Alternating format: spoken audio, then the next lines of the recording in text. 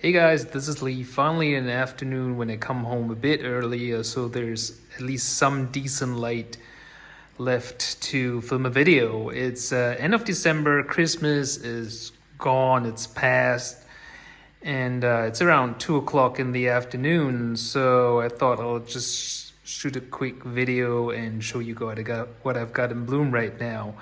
It's not much. But nevertheless, I just wanted to share the blooms of these orchids with you. My Oncidium Tiny Twinkle is still in bloom, and at this time the fragrance is so strong, I almost get a little bit headache. It very much reminds me of the headache I get from the Oncidium sotoanum, which has I think the flowers look pretty much alike, just a little bit larger, and the color is more purplish, pinkish. Or the Oncidium Cherry Baby with a very strong fragrance too. But all these three orchids have a strong fragrance. So if you're very sensitive to fragrance, this might not be the right orchid for you. So of all my 20-something Miltoniopsis that I grow and have, these are the only two that are in bloom right now. The others are still fighting with the pest that is spreading around my Miltoniopsises. It's really bad. I ripped off a lot of leaves. I sprayed them down again and again, fungicide, whatever side. And I think right now it seems that there's still hope that the plants are surviving this, but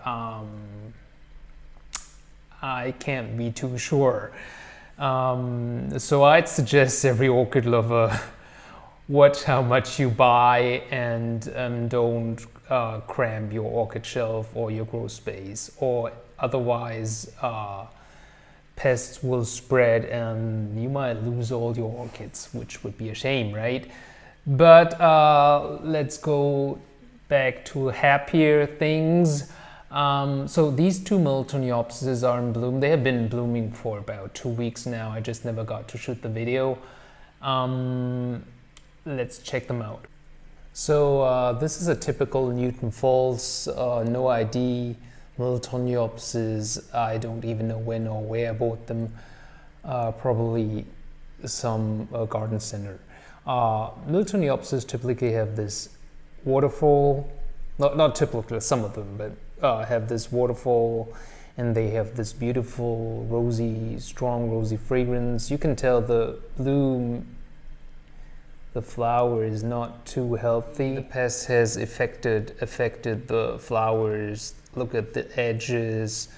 It's really unsightly, but at least this Miltoniopsis bloomed for me. But it only put out 4 flowers on 2 flower spikes, so it's definitely not a very showy bloom, and this plant needs to recover before it puts out a more showy bloom, hopefully. That is, if it survives. There's one new growth here. We'll see how this develops.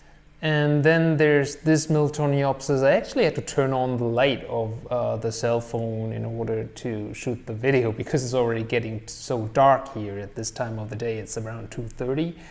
But you can see with the light on how this waterfall is almost glowing on this Miltoniopsis.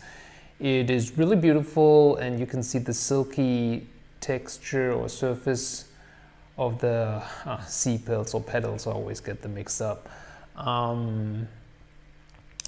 This plant this flower spike only has 4 flowers, and the first flower was again affected by the pest. The lip didn't really open up. I have another flower spike that hasn't opened up yet on this plant with don't know if you can see it, it won't focus, with 5 buds on it. Let's just hope they develop well. I'm keeping this in not live sphagnums. This one is, let me check this out. This one is in, I think, dead sphagnum moss and bark. And yeah, I think I should water. The roots looked all dried out. I've been trying to water less lately because, you know, I had this pest going on. Everything was too humid. But I think I let this one dry out too much. I hope the roots are still alive. We will see once I water, because these roots will get green too. And then I have these two phals which are in bloom. They do have an ID actually. This is a Sogo Relax, and this is some white phal which did have an ID when I purchased it, but I lost the tag, and it just looks like a normal white phal that you see everywhere. You might be wondering why I'm showing you phals, because people are like, yeah, phals, nothing too special.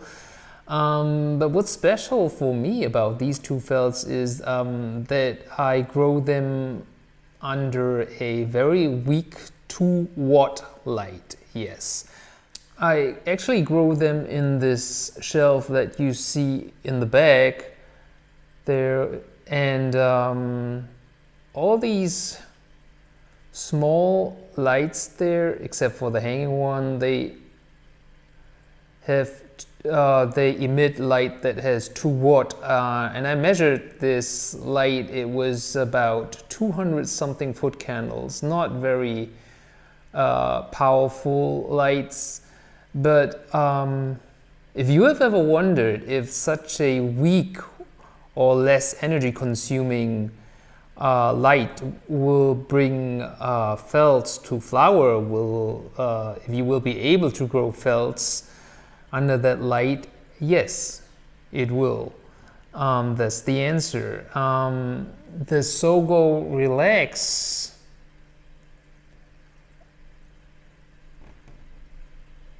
I keep it in, I think it's the only one I have in full water culture, which means it's sitting in no media, just a little water. And oh, oops, you see the spike is just too heavy, and it's just sitting a little water in. I fill up the water every now and then, nothing too special. And yeah, I was surprised that I can grow a phal under this weak light in full water culture, but somehow this plant made it. And the other one is also not growing in normal or regular media. It's growing in self-watering pot in leca. As you can see, this plant is really happy. You can see all the roots in the leca, and the roots are alive, they're green. A very happy plant. The roots down there that grew, it's hard to show you, that grew from the leca down into the reservoir. They just wick up the water, yeah, and spread the humidity throughout the plant.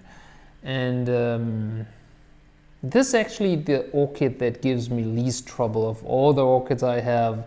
I just fill up the reservoir like every 4 weeks or even less, and this is enough to keep this plant happy. It's not a really showy bloom.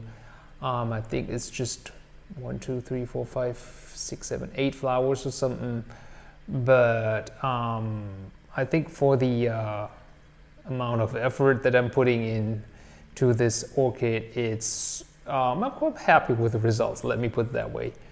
All right, guys, have a great weekend. Bye.